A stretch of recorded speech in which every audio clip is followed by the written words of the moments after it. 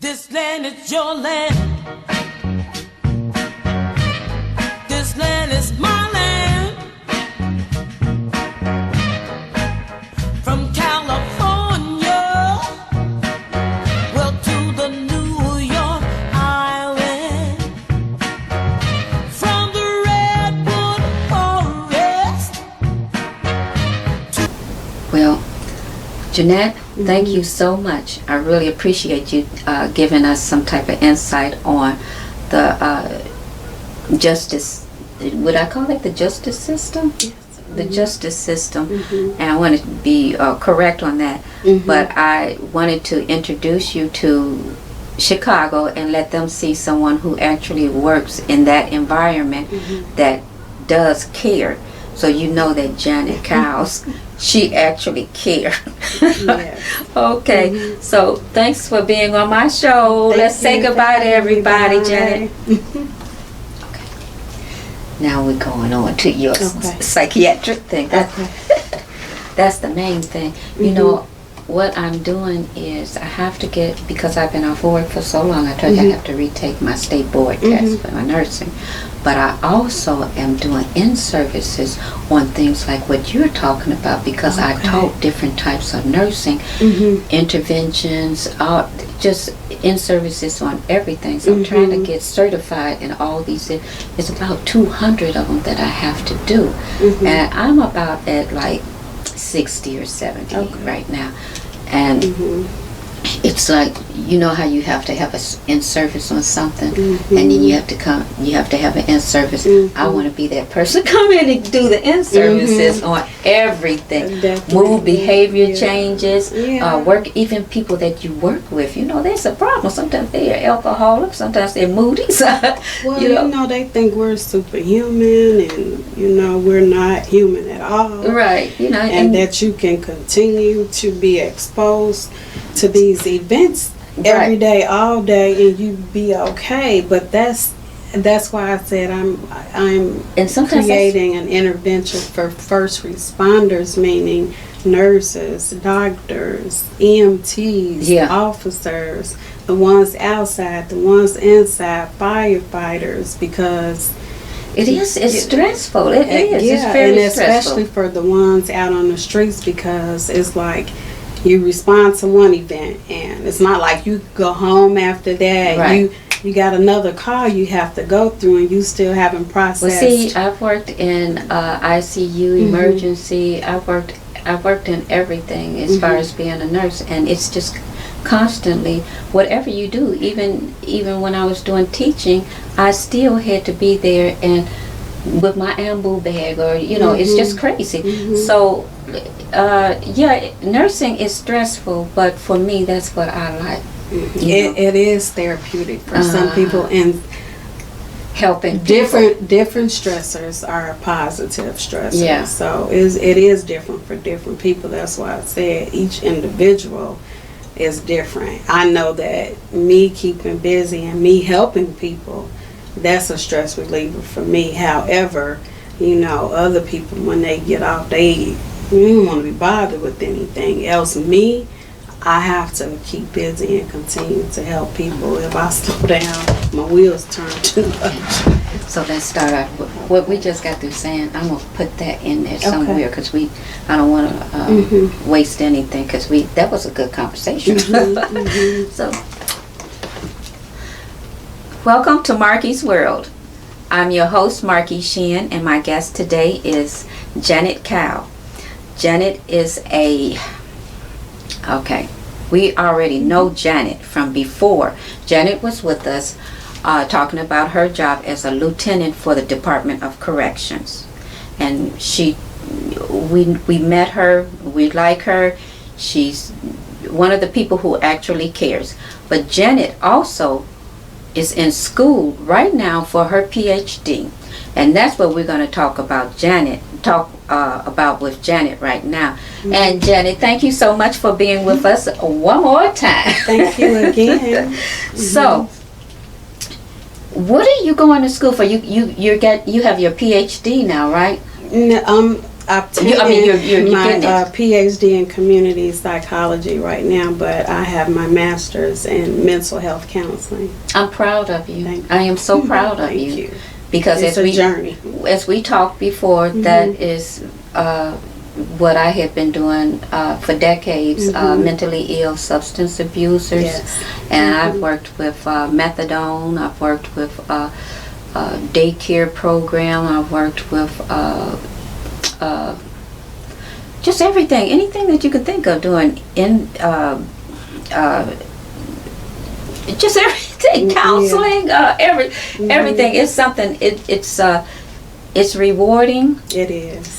It is very rewarding, and the people that you meet, that's the thing about this. These are some of the most beautiful people in the world. They, with this mental illness, they have talent, and they have they're just wonderful and adorable people, and you just want to just take them sometimes and just shake them like, what? Come on and get yourself together, And like with mental ill substance abusers, they don't know which came first, the substance abuse or the mentally ill, because we don't know if you're on drugs, if you're actually trying to medicate yourself because As you a are coping mechanism. right, because you are already have a medical problem, but a mentally ill problem, but you really have not even been diagnosed with it. So that's what causes some of the people to actually medicate themselves with the street drugs. So if you know a little more about these things, then you can kind of understand the person that's in your home that's on drugs or that have mental illness problems. You just don't know. It's just a really hard situation. Because the physical you can see when someone is sick, but the issues that you can't see, people tend to brush that off, or either there's a negative stigma of you saying that you need help or that you have a problem. Right, and people don't realize as well that if you have a some people, all they need is just to have someone to talk to, just to organize their minds. You may not even need medication, but even if you do, let's try to take the medication to get yourself in order. It doesn't mean that you're crazy. And just because that word alone is negative. Yeah, it is, but it doesn't mean that you're crazy. If you think so differently from everybody else, that doesn't mean that you're crazy. It just means that you're a different person. But if you're doing anything that can harm yourself, or it delays you in certain things that you do as far as your lifestyle, then you should go out and get some type of help. Well, I tell my patients, I ask them if you had heart disease or diabetes, you would treat that. So that is true. It's no different. And so I try to teach them different coping skills and help them process through what they're, whatever they're going through, process their emotions. And, we just try to work through different things and, try to journal, get them to reframe, think differently, because they've been brought up to think this certain one way, and that's it. Well, this is the way I am. You can't change me. That way, so it's a repeated cycle. Sometimes that continues. It is. It's something that people think that they can't change, but actually, you can change every day. You can change in your lifetime. It's not. You're not like this all the time. I change every day. I'm so cuckoo. It's crazy. Or different religions, different cultures. Yeah. Teach us not to talk about it, or what goes on in the home stays in the home, and so a lot of things, they don't want to say, and that's what really gets you in a lot of trouble, because a lot of people. It's just that like putting a lid over a boiled pot, It's suppressed, and then when it finally comes out, it's overwhelming. Yeah, You kept it in for so long, and so that steam begins to come out. And there are culprits inside the house that may be causing you problems, the stressors. and you can't even say it.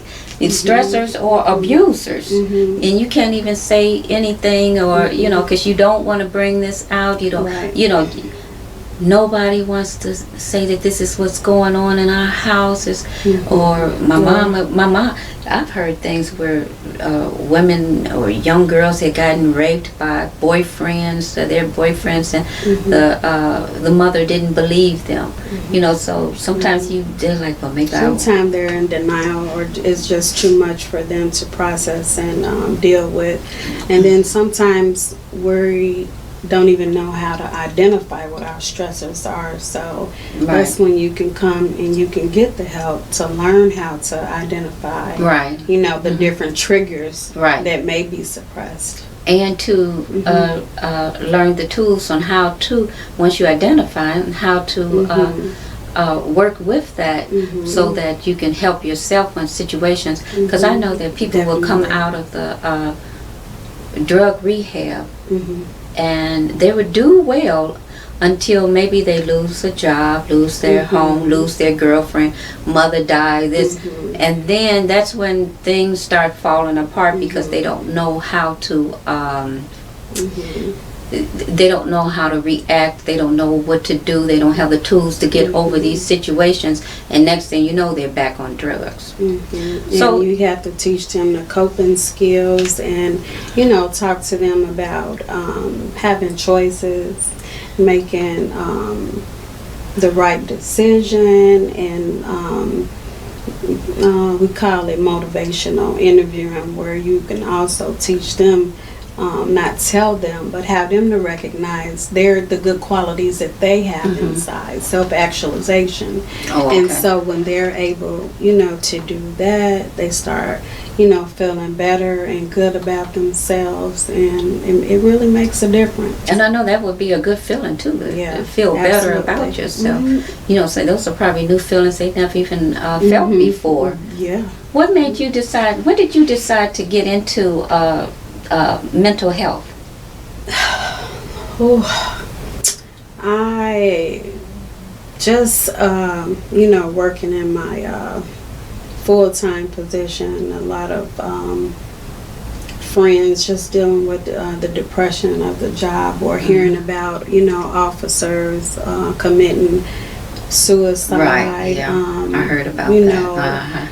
The helpers, it's just been a negative stigma of needing help, people looking at you like you're a superhero.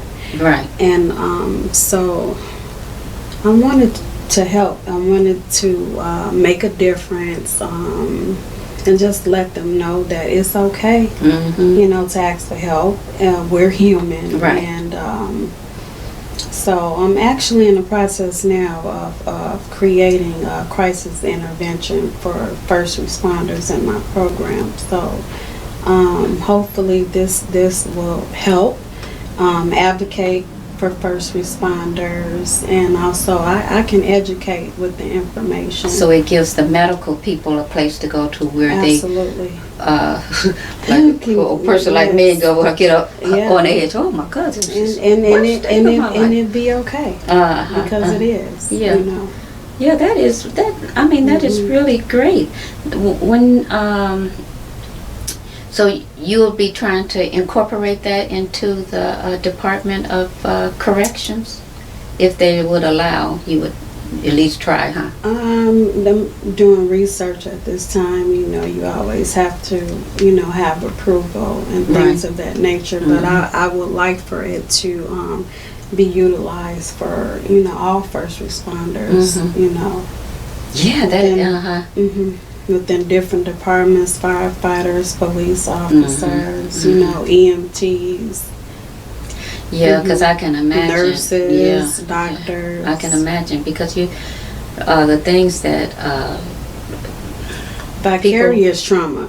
When you come in contact with all those type of things, I mean, they all, even though fireman is different from a police officer. Police officer and a fireman are different from a doctor or a nurse. We see the same thing, and we go through the same psychological situations. Yes. I mean, and it's so frequent. It's and it's every day. and it's a verbal abuse, it's physical abuse. All it of could be the all above. sorts of stuff, Absolutely. And then you see how people are harmed and degraded. And I understand with police officers, because I've met police officers before that were really, actually I've never met a police officer that I didn't like. Let's say that. I have never met one that I did. I'm sure there is some bad ones out there, but you don't want to be labeled that, and it does have to have some type of change come about. But you need some type of debriefing once you you do are exposed to something traumatic, and then you have to go home and interact with your family, and they don't tend to understand what you've gone through in a day. Right. Or it's hard to talk to them about it, and so see that's why nursing has the nursing process. What the problem is, how are we going to take care of it, and then what's the outcome of that. And that's what we do over and over and over. Nurses are good at they're great people at situating problems and working problems out and coming to a solution. They do that even in their lifestyle, and they're very clean people. They're very clean. So, they're always washing their hands. The myth is that nurses have soft hands, but they really don't, because their hands are so dried out because they're washing them. You have to keep putting lotion on it, but they're very clean people. And police officers, I'm sure that we all want to be able to say we respect them, we trust them, and we love them, and I know that they would like to have that too. But it's time for everybody to try to make a little change and not have so many.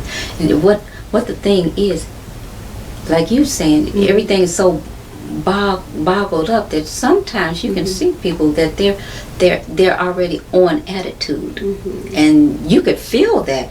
I'm a life coach. I can tell you about attitude. Well, on edge, because even when you're off duty, you're still, kind of watching your surroundings all the time. So even when they're off, they don't feel like they are off. Right. And then they go home and they have to take care of everything at home. So it's not like they have time the leader to, of the house. Absolutely.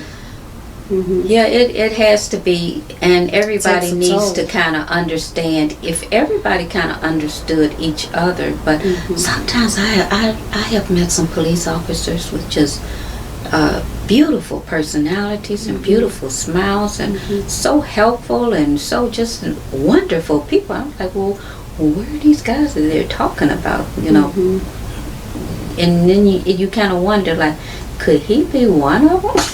Well, like you said, we don't know what people may be, going through, in their personal lives too. So when you have, but if they could even be there for each other, like a little training, and then send them back to be there with your partner. Hey, look, when your partner, you see your partner getting a little restless or have a temper problem.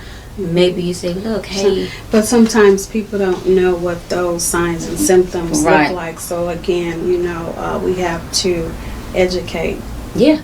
And that's when you come in. Yeah, yes. That's when you are coming in. That would just be such a wonderful job to help others in getting situations in order, because everything does not have to be the same. We don't have to have such everybody in our police department are not just horrible people. And I'm sure, just like how they say so many bad people out here in the world, they're really not.